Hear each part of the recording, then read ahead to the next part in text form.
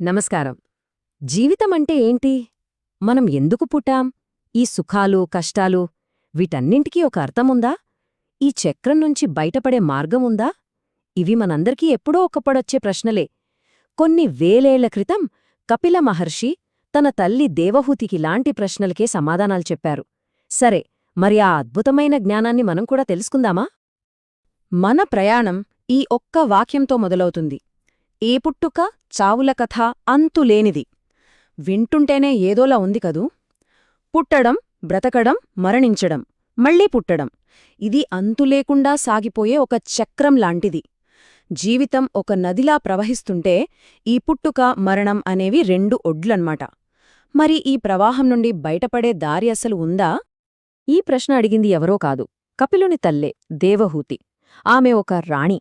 భర్త, పిల్లలు, సంపద అన్నీ ఉన్నాయి. కాని ఆమె మనస్సులో ఏదో ఒక తెలియని వెలితి. అన్నీ ఉన్నా ఏమీ లేనట్టు ఒక అసంతృప్తి. అప్పుడు ఆమె తన కొడుకు, మహాజ్ఞాని అయిన కపిలుడి దగ్గరకు వెళ్ళి అడుగుతుంది, ఈ జీవితానికి అసలు అర్థమేంటి? నిజమైన శాంతి ఎక్కడ దొరుకుతుంది అని. దేవహూతి ప్రశ్నకు కపిలుడు చెప్పిన సమాధానం మనల్ని ఆశ్చర్యపరుస్తుంది. ఆయన ఈ ప్రపంచాన్ని ఒక దుఃఖాల సంత అని పిలుస్తాడు. వినడానికి కొంచెం కఠినంగా ఉన్నా ఆలోచిస్తే నిజమే అనిపిస్తుంది. మనమీ సంతలోకి వచ్చి ఆనందాన్ని, సంతోషాన్ని కొనుక్కుందామనుకుంటాం.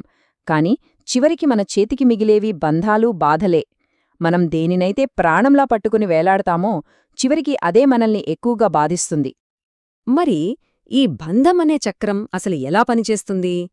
చూడండి, ఫస్ట్ మనకు ప్రపంచంలో కనిపించే వస్తువుల మీద, మనుషుల మీద మోహం పెరుగుతుంది.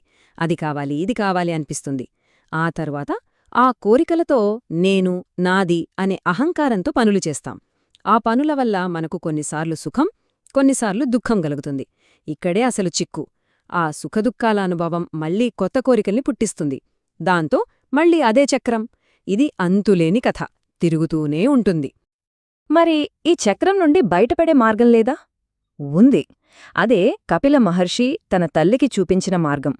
ఆ అంతిలేని చక్రంలో చిక్కుకున్న ఆమెకు జ్ఞానం అనే ఒకే ఒక తాళంచెవితో ఈ బంధాలను తెంచొచ్చని చెప్తాడు. ఇప్పుడు మనం ఆ తాళంచెవి గురించే తెలుసుకోబోతున్నాం. ఇక్కడే మన ఆలోచనా విధానాన్ని పూర్తిగా మార్చేసే ఒక విషయం చెప్తాడు కపిలుడు. మనం సాధారణంగా నేను అని దేన్ననుకుంటాం? ఈ శరీరాన్ని, మనసుని, మన భావాలని కదా. కాని కపిలుడేమంటాడంటే అది నిజమైన నేను కాదు అంటాడు. నిజమైన నేననేది ఆత్మ. అది ఈ శరీరానికి, దాని కర్మలకి, సుఖదుఖాలకి పూర్తిగా అతీతమైనది. అంటే వీటికి సంబంధం లేనిది అంటాడు. సరే, నిజమైన నేను వేరు, శరీరం వేరు. అయితే మరి ఈ రెండిటి మధ్య ఉన్న తేడా ఏంటి? దాన్ని ఎలా అర్థం చేసుకోవాలి? దీనికోసం కపిలుడు రెండు ముఖ్యమైన విషయాల గురించి చెప్తాడు. వీటిని అర్థం చేసుకుంటే చాలు, విముక్తికి దారి దొరికినట్టే. అవే ప్రకృతి మరియు పురుషుడు. మొదట ప్రకృతి గురించి చూద్దాం.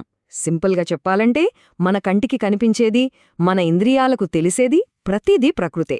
ఈ భూమి, ఆకాశం, మన శరీరం, చివరికి మన ఆలోచనలు, మన ఎమోషన్స్ కూడా అన్నీ ప్రకృతి కిందకే వస్తాయి. ఇదొక సినిమా లాంటిదన్మాట, ఎప్పుడూ మారుతూ, కదులుతూ ఉంటుంది. మరి పురుషుడు ఎవరో? ఇందాక మనం సినిమా గురించి మాట్లాడుకున్నాం కదా. ఆ ప్రకృతి అనే సినిమాను చూస్తున్నవాడే పురుషుడు. అంటే కేవలం చూసేవాడు, ఒక సాక్షి, అంతే. ఆ సినిమాలో జరిగే గొడవల్లో, సంతోషాల్లో దేనినోనూ పాలుపంచుకోడు. దానివల్ల ఏమాత్రం ప్రభావితం కాడు. ఇంకోలా చెప్పాలంటే సినిమా తెరలాంటివాడు. తెరమీద హీరో ఏడ్చినా, నవ్వినా తెరకేమీ కాదుగదా. పురుషుడు కూడా అచ్చం అలాగే ఉంటాడు. సో చూస్తే ఈ రెండూ పూర్తిగా వ్యతిరేకం. ప్రకృతి ఎప్పుడూ యాక్టివ్గా మారుతూ ఉంటుంది, అది మనకు కనిపించే దృశ్యం. కాని పురుషుడు నిశ్చలంగా ఏ మార్పు లేకుండా ఉంటాడు. అతను ఆ దృశ్యాన్ని చూస్తున్న సాక్షి. ఒకటి చూడబడేది, ఇంకొకటి చూసేవాడు. ఈ చిన్న తేడాని గనక మనం పట్టుకోగలిగితే అస్సలు విషయం అర్థమైపోయినట్టే. ఓకే, ప్రకృతి, పురుషుడు అని రెండున్నాయని తెలిసింది. వాటి మధ్య తేడా కూడా అర్థమైంది. కానీ దీనివల్ల మనకేంటి లాభం? ఈ జ్ఞానంతో మన దుఃఖాలెలా పోతాయి? అక్కడికే వస్తున్నాం. కపిలుడు చెప్పేదేంటంటే ఈ తేడాని తెలుసుకోవడమే విముక్తికి, అంటే మోక్షానికి దారి. అది ఎలాగో ఇప్పుడు చూద్దాం. మన బాధలన్నింటికీ మూల కారణం ఒకే ఒక పొరపాటు. మనం ఎవరమంటే చూసేవాళ్లం, అంటే పురుషులం. కాని మనమేమనుకుంటున్నాం? చూడబడే ప్రకృతిని, అంటే ఈ శరీరాన్ని, మనసునే నేను అని భ్రమపడుతున్నాము. అందుకే శరీరానికి దెబ్బ తగిలితే నాకు నొప్పిగా ఉంది అంటాం. మనస్సుకి కష్టమొస్తే నేను బాధపడుతున్నాను అంటాం. నిజానికి చూస్తున్న సాక్షికి నొప్పి, బాధ రెండూ లేవు. ఈ కన్ఫ్యూజనే మొత్తం దుఃఖానికి కారణం. అయితే మరి విముక్తి అంటే ఏంటి? అదేదో పెద్ద తపస్సు కాదు, కేవలం ఒక గ్రహింతు, ఒక రియలైజేషన్. నేను ఈ శరీరాన్ని కాదు, నేను ఈ మనసుని కాదు, నేను కేవలం వీటన్నింటినీ ఏ సంబంధం లేకుండా చూస్తున్నా ఒక సాక్షిని అని పూర్తిగా అర్థం చేసుకోవడమే విముక్తి. జీవితంలో సుఖం రాని, దుఃఖం రాని, అవన్నీ ప్రకృతిలో జరిగే మార్పులు మాత్రమే. వాటిని చూస్తున్న నాకు ఏమీ కాదు అనే నిజాన్ని తెలుసుకోవడమే మోక్షం. ఎందుకంటే ఆత్మ అనేది ఒక వెలుగులాంటిది. అది శాశ్వతమైనది. ఈ ప్రపంచం, మన శరీరం ఇవన్నీ వస్తుంటాయి, పోతుంటాయి. మేఘాలు వచ్చి సూర్యుణ్ణి కప్పినట్టు కష్టాలు వచ్చి మనల్ని కప్పొచ్చు. కాని ఆత్మ అనే చైతన్యం మాత్రం ఎప్పుడూ అలాగే ప్రకాశిస్తూ ఉంటుంది. దానికి పుట్టుకలేదు, చావులేదు. ఇదంతా విన్న తర్వాత మనలో ఒక చాలా ముఖ్యమైన ప్రశ్న ఉదయించాలి.